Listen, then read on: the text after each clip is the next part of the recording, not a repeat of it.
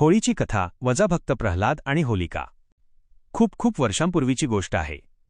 त्या काळी पृथ्वीवर अनेक पराक्रमी राजे राज्य करत होते। त्यांच्यात एक अत्यंत शक्तिशाली असुर राज होता, वजा हिरण्यकश्यपू। त्याने प्रचंड तपस्या करून देवतांना प्रसन्न केले आणि ब्रह्मदेवाकडून मोठे वरदान मिळवले। त्या वरदानामुळे त्याला कोणताही मनुष्य, देव, प्राणी सहज मारू शकत नव्हता। दिवस नाही, रात्र नाही, घरात नाही, बाहेर नाही, वजा अशा अनेक अटींमुळे त्याला जवळजवळ अजय शक्ती मिळाली होती। या शक्तीमुळे हिरण्यकश्यपू अत्यंत गर्विष्ठ झाला। त्याला वाटू लागले की आता जगात त्याच्यापेक्षा मोठा कोणी नाही। हळूहळू त्याचा अहंकार इतका वाढला की त्याने स्वतःलाच देव समजायला सुरुवात केली। त्याने आपल्या राज्यात जाहीर केले की सर्वांनी फक्त त्याचीच पूजा करायची। देवांची पूजा करणे बंद करावे, विशेषतः भगवान विष्णूचे नाव कोणीही घेऊ नये। राज्यातील लोक घाबरले होते, कारण जो कोणी विष्णूचे नाव घेत असे त्याला शिक्षा दिली जात असे।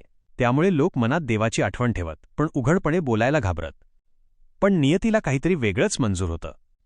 हिरण्यकश्यपूचा एक मुलगा होता, वजा प्रल्हाद। लहानपणापासूनच प्रल्हाद अत्यंत शांत, नम्र आणि भक्तिभावाने भरलेला होता। त्याला भगवान विष्णूवर अतूट विश्वास होता। तो सतत विष्णूचे नाव घेत असे। नारायण नारायण असा जप तो नेहमी करत असे। राजा हिरण्यकश्यपूला हे अजिबात आवडत नव्हते। त्याला वाटत होते की त्याचा मुलगा त्याच्याच आदेशाचं उल्लंघन करतो आहे। एके दिवशी त्याने प्रल्हादाला आपल्या दरबारात बोलावले। राजाने रागाने विचारले, प्रल्हादा, तुला माहीत नाही का की या राज्यात फक्त माझी पूजा करायची आहे?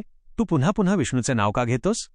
प्रल्हाद शांतपणे म्हणाला, पिताश्री, भगवान विष्णू हेच खरे परमेश्वर आहेत। ते सर्वत्र आहेत, मी त्यांचीच भक्ती करतो। हे ऐकताच हिरण्यकश्यपूचा राग अनावर झाला। त्याला वाटले की हा मुलगा त्याचा अपमान करतो आहे। त्याने सैनिकांना आदेश दिला की प्रल्हादाला शिक्षा द्यावी। सैनिकांनी प्रल्हादाला खूप त्रास दिला। कधी त्याला उंच डोंगरावरून खाली ढकलण्याचा प्रयत्न केला, कधी विष दिले, कधी हत्तींच्या पायाखाली टाकण्याचा प्रयत्न केला। पण प्रत्येक वेळी काहीतरी चमत्कार घडत असे। प्रल्हाद सुरक्षित राहत असे, कारण प्रल्हादाच्या मनात निस्वार्थ भक्ती होती। त्याचा विश्वास होता की भगवान विष्णू त्याचे रक्षण करतील। हे पाहून हिरण्यकश्यपू अधिकच संतापला। त्याने आपल्या बहिणीला वजा होलिकेला बोलावले। होलिकेला एक विशेष वरदान मिळाले होते। तिला अग्नीमध्ये बसले तरी जळणार नाही असा आशीर्वाद मिळाला होता। त्यामुळे हिरण्यकश्यपूने एक कपटी योजना आखली।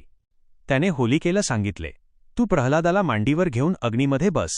प्रल्हादाला मारण्याचा प्रयत्न करशील। तुझ्या वरदानामुळे तुला काही होणार नाही, पण तो जळून निघेल। होलिका सुरुवातीला थोडी घाबरली, पण भावाच्या आज्ञेने ती हे करण्यास तयार झाली।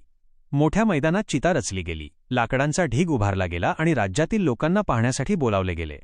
सैनिकांनी प्रल्हादाला होलिकेच्या मांडीवर बसवले आणि अग्नी पेटवली। लवकरच ज्वाळा भडकू लागल्या।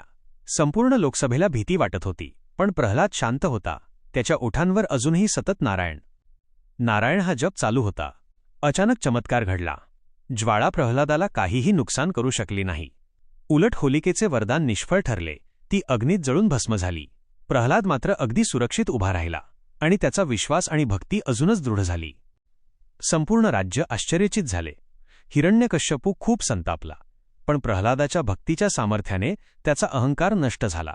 पुढे भगवान विष्णूचा अद्भुत अवतार नरसिंह प्रकट होऊन हिरण्यकश्यपूला पराभूत करतो। हीच कथा आपल्याला सांगते की सत्य, भक्ती आणि निस्वार्थ विश्वासाचा विजय नेहमीच होत असतो आणि अहंकाराचा नाश अनिवार्य आहे।